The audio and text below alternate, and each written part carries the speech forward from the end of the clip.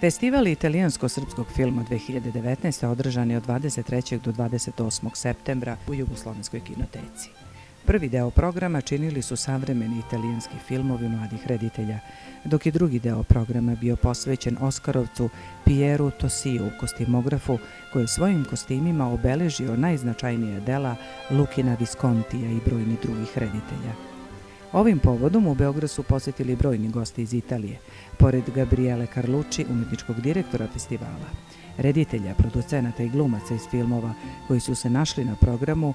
U Beogradu su boravili predstavnici Ministarstva kulture Italije, predstavnici lokalnih italijanskih filmskih komisija, direktor eksperimentalnog centra za kinematografiju, kao i više distributera.